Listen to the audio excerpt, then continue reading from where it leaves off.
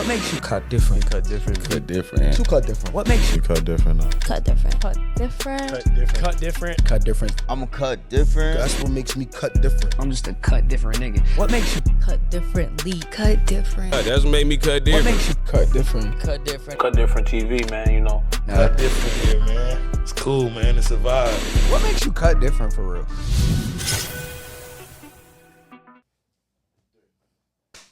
Yo, what is going on, y'all? It's your boy Sebastian Ryder, and y'all tapped into another episode of Cut Different TV.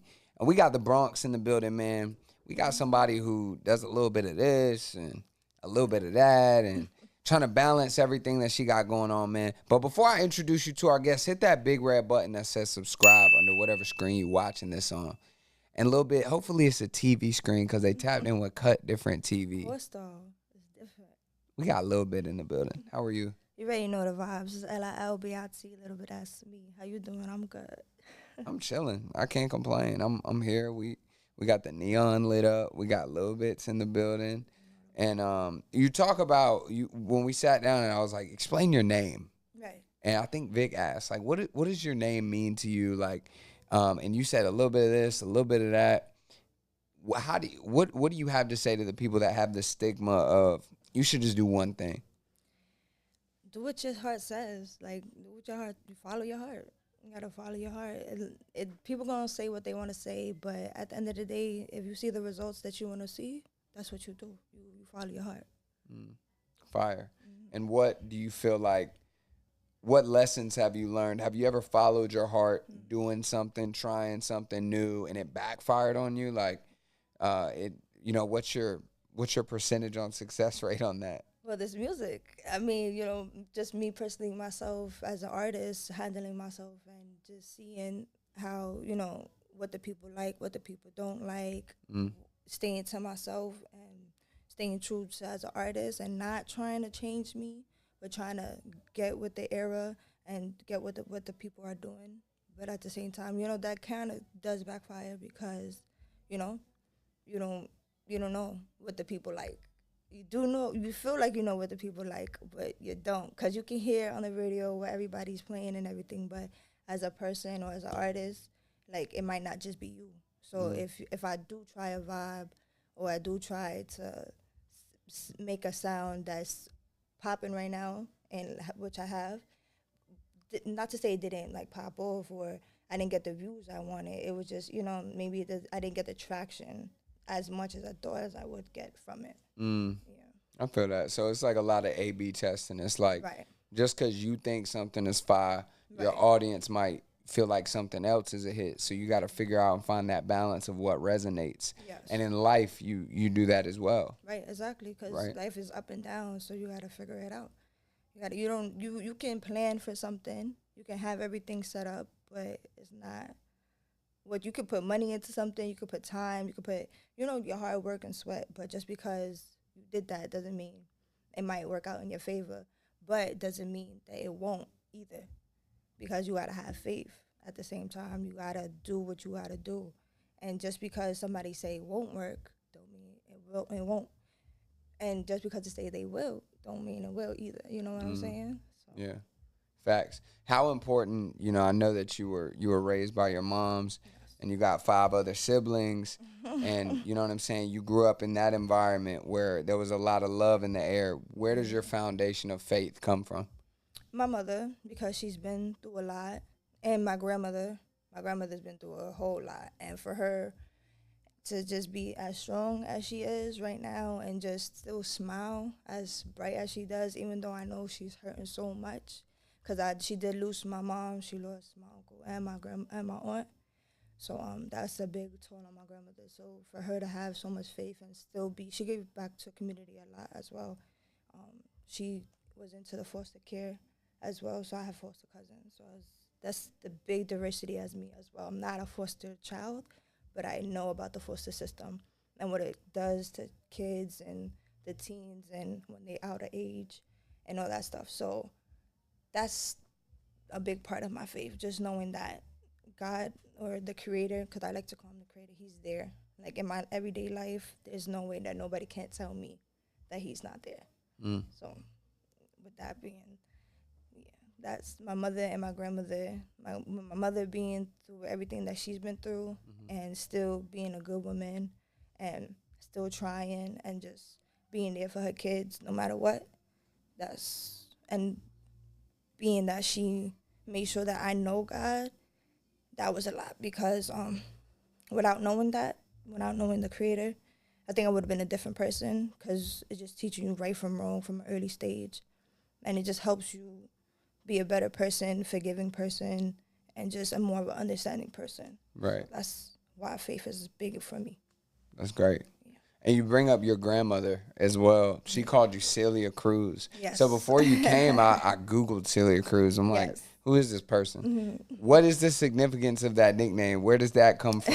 Because I always used to dance a lot. I just dancing all the time. Like, I wanted to do dancing when I was younger, like hip hop dancing, choreography, all that stuff. But it just wasn't in my path.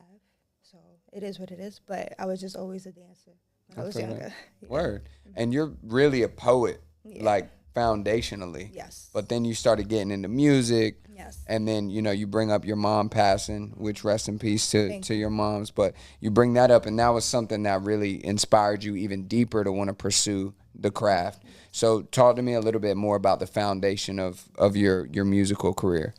Well, like I said, with the poetry, that's my foundation. In high school, before my mom passed, I was going through it, and music was just my outlet.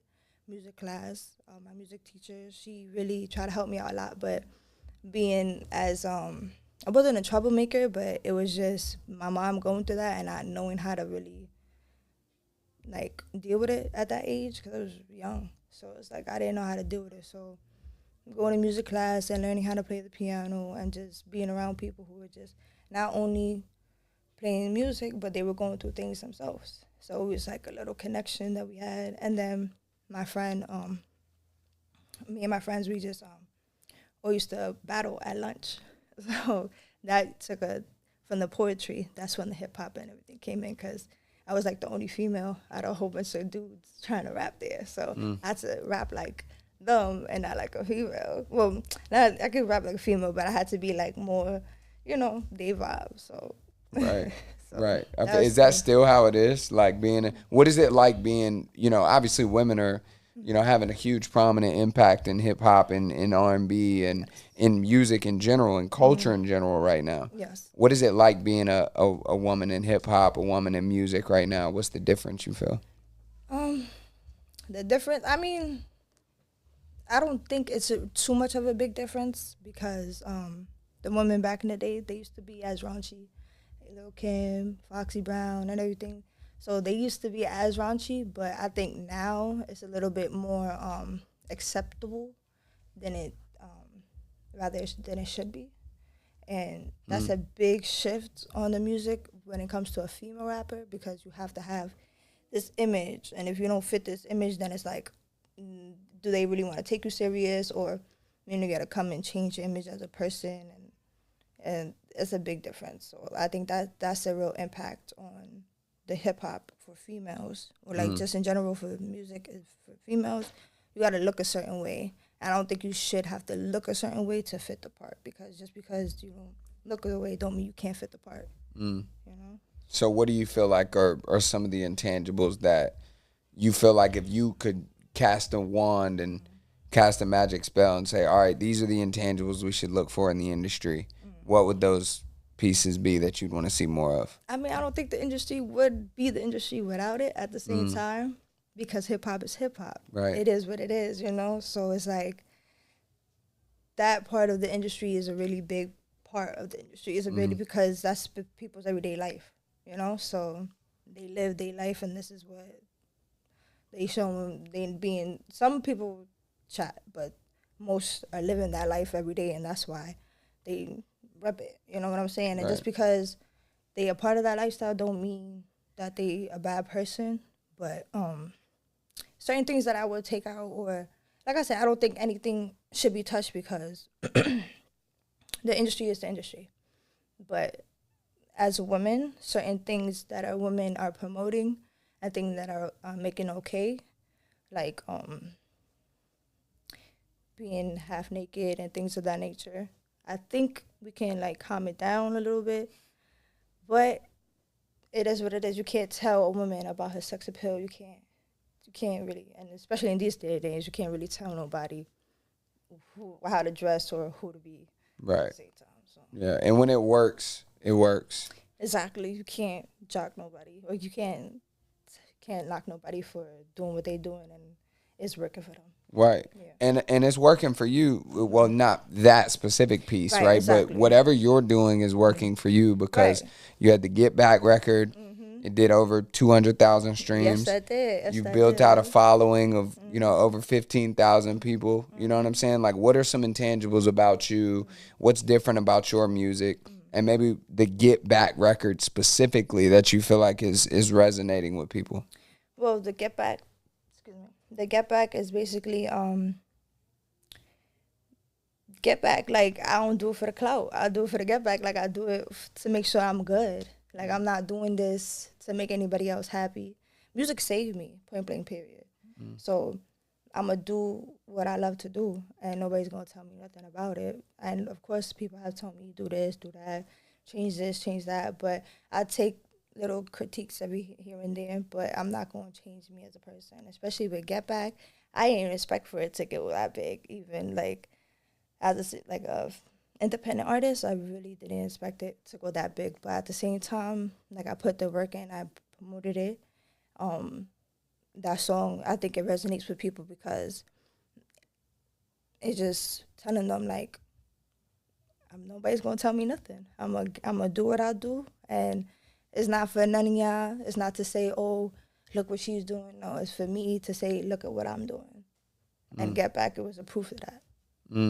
What was the reception like? What was the reception like on that when, you drop and it's obviously a bigger record, so it's starting to pick up steam. You said you weren't expecting it as an independent artist. So, what was that like, that journey, and when did you know it was starting to take off? So, like, I would check it here and there. It would get in the streams, gain streams. And then once it passed almost, I think, 10,000, I was like, okay, it's going up there. It's up there. And then I left it alone. Didn't check it for a while. But still promoting it, like promoting it every day. Like, people were telling me, like, you're gonna promote something else? No, I'm promoting this right now. Right. Until I feel like it's doing what it's doing. So then I did the video, and then after the video, it was just went crazy. And I checked on my streams, and it was just going crazy. 100K. I'm like, 100K, okay. Then it went past 100K. I'm like, oh, it's keep going. All right. And I just kept checking it, and the numbers just kept going up and up. I'm like, oh, it's not stopping too? Okay. Said 200. I'm like, oh, yeah.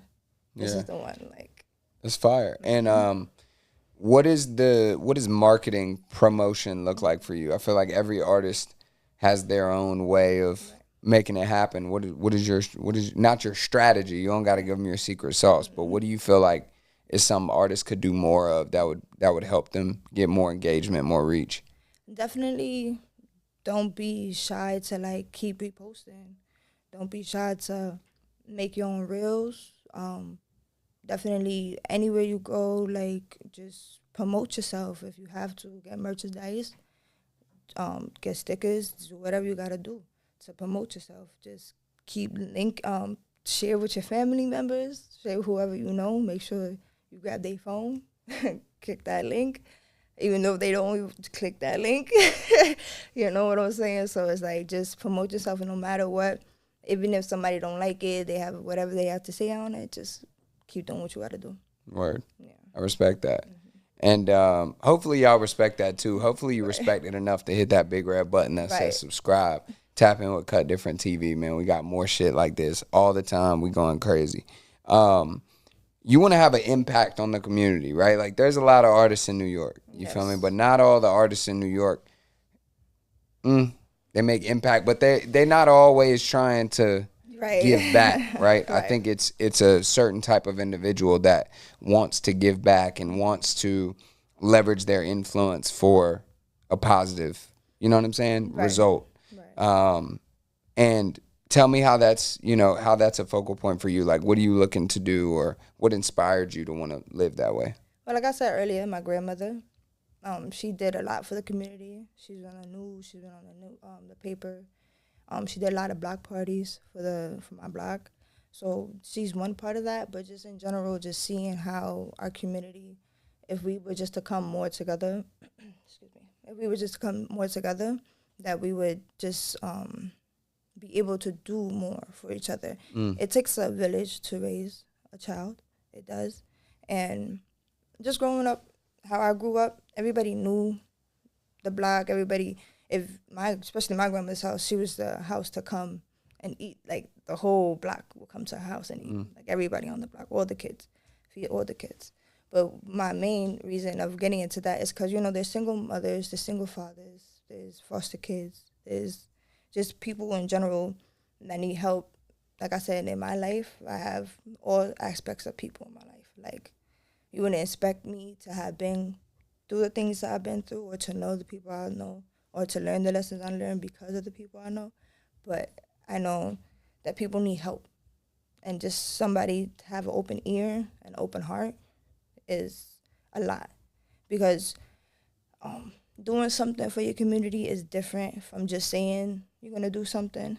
Actually, like, I commend the people who actually do the drives, the back to school, the coat drives, and all those things, because as a kid, I didn't really see or understand it, but now as an adult, I really understand it, because you don't know how many kids are just out there with just nothing, and you wouldn't know because they're scared to even say something about it. But if there's somebody or something, or like a place where they feel that they're safe to come to, or even a person, a mother, a man, a woman that's going through something, they have a place that they know that they can go to and seek help, and whatever way they can try to seek help, it makes a difference in the community. Right. Just that, those people with the nonprofits, or the people who give back to community, they help. Rather, it doesn't matter if they help 15, 50 people, 20 people, like, they help people. Right. And a big difference. So that's the reason. That's my main reason. That's fire. And I feel the genuine energy that you have as well. And we were talking about it beforehand too. Like, what do you feel like stops people from wanting to give back? Because I feel like I always hear people like, oh, we got to, come together. And you say, we got to come together. We got to bring the community together. Like, what do you feel like prevents people from doing that? I feel like there's, older people that say that, younger people that say that. But then when it comes to actual practice and things changing, it's like it meets like a dead end a lot of the time. Community, and because some people just, they say but they don't do, and a lot of times it's education and money and revenue wise, and a lot of times, like, when things that I'm learning about is the board, things that have to get approved, things that the government kind of stop because they know it's something that's beneficial for the area. Because look, I know you heard this multiple times, we have the liquor store right next to each other, next to the smoke shop, chicken spot, Chinese food, all that stuff, but we don't have you may have a clean playground, but it's going to be a little bit more on the safer side or the cleaner side. Or they might just put a little bit something more different in this park than they won't put in that park. Like, you just go a couple blocks down, you have things that you have access to that you're not access to a couple blocks up, which is not right. Like, in our community, we should be able to give back, and it don't make no sense that the government, it stops a lot. The government really does stop a lot. I don't want to really get into that too much, but grants, they're hard to get. You gotta have things set up. You gotta do things professionally, and people don't want to take the time if nobody else is doing the effort with them. You know what I'm saying? You can be a one-man army, but it's hard when you have 1,000 people against you. Right. And you have people saying, yeah, I see you, I see your vision. I'll be like, I get you. But then when it's time to put the work in, ain't nobody there but you. Right. It's easy to talk about it, but be about it. And I respect you. I respect you being about it. I respect you putting boots on the ground and making it shake. And I want to know, like, what's next for you? You're an artist. You're creating. Yes. You had a big record. You're having motion. What are you working on these days? What is something that we can expect from you moving forward? I'm working on, always working. I got 2 records that I'm working on right now. Hopefully I'll be able to release those in a couple months. But right now, those are the 2 main records I'm working on. But, always promoting myself as an artist, doing things like this, coming to the cut, being welcomed by you guys. Thank you for your time as well. But pretty much that's it. Like, just making sure I become more business-wise stronger as an artist, because that's something that as an artist you need to do your education on, because they will take advantage of you if you don't know what you're doing, because it can be a hobby, but if you want to take this thing serious, you need to be educated in the business side of this thing, because it can do so much different things for you, but you gotta put the time and effort into it. Nobody likes to read. Nobody likes to do the due diligence. I'm like that too. I'd rather just whatever, but it will damage you and it will hinder you, and it will, as me as an artist as well, like, it put a big light, like, oh wow, this was what I was doing wrong, this is what I can do right, okay, like, I can actually have a business out of this, okay, like, that's how you'll be able to give back to the community. But again, it's all about education and due diligence. I like that. And we've talked about a lot of things. I mean, we talked about growing up, being a poet. We talked about, putting on for your fam and for your siblings. Obviously, through everything you've been talking about, community, giving back, you have that heart of a family woman, you know what I'm saying? And, we talked about your fan base, too. I really I think what everybody wants to know is, like, what makes you cut different a little bit? What makes me cut different? I know it's a little cliche, but I'm me. And I stay true to me. I don't change for nobody. I'm LILBIT, little bit, that's me, and you know it. Like, that's what makes me cut different. Like, I'm not going to change for nobody. And whatever I put my heart to, I'm definitely going to go full throttle into it. I might have some bumps and bruises, but if it's something that I really see for myself, I'm going for it. So when we talk about, like, individuality, right? Like, what would you say as a person, like, helps you stand out? What are some character traits that you feel like we don't got to talk about everybody else? You know what I'm saying? Right. Everybody else doing their own thing. Right. But, like, for you, what are some things, intangibles, that you respect about yourself when you look in the mirror? You say, I'm proud of you for doing X, Y, Z. What are some of those things? Basically, where I came from, my neighborhood, just in general, I could have been a whole different person. Like, like, everything that you've been through, everything that I've been through in my life is just different. For me, nobody can't tell me that I am not in a better place than they thought I was going to be at. Because a lot of people thought I was going to fall. A lot of people didn't think I was going to be here.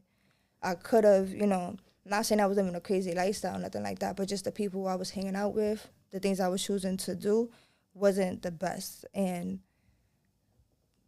just knowing that, and just knowing where I'm at right now and everything that I've been through, I'm a little bit. Like, nobody can't tell me nothing. Like, I look in the mirror and I stay true to me. We can have a fight and I'm going to be mad, yeah, but one thing I know before I go to sleep, I got to make it right. Like, I try my best. I'm not perfect. I'm human.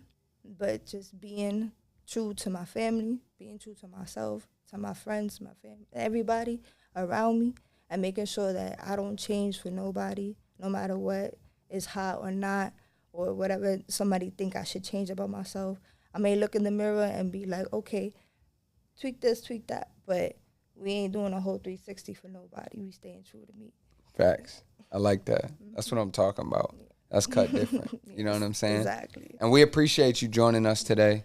I know you said you got some projects on the way. You got some other stuff coming. So y'all be sure to tap in. Let them know where they can find you at. Let them know how they can support you and show love. That's that LILBIT music on Instagram, YouTube, Spotify, TikTok, everywhere. You already know. I'm on everything. Word. And you can find me on Cut Different. You better subscribe to this, y'all. Yeah. Hey, hit that big red button that says subscribe. Drop likes.